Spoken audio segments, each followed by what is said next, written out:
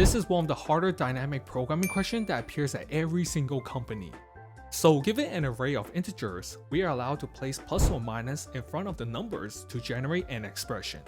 Now you are also given a target value. Return the number of expressions that evaluates to target.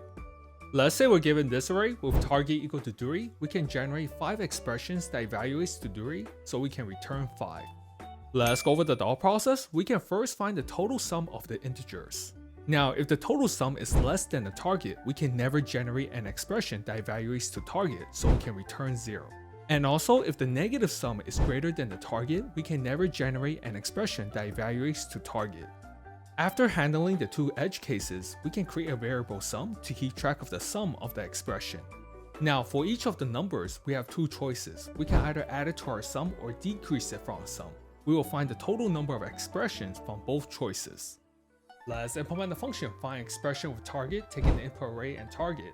Calculate the sum of the array. If the sum is less than target or negative sum is greater than target, return 0. Return the result of the helper method. Now let's implement the helper method, taking the current index, the sum, the input array, and target. If index is out of bound, return 1 if sum is equal to target, else return 0. Find the number of expression of sum plus the current elements. Find the number of expression of sum minus the current elements. Return the total number of expressions.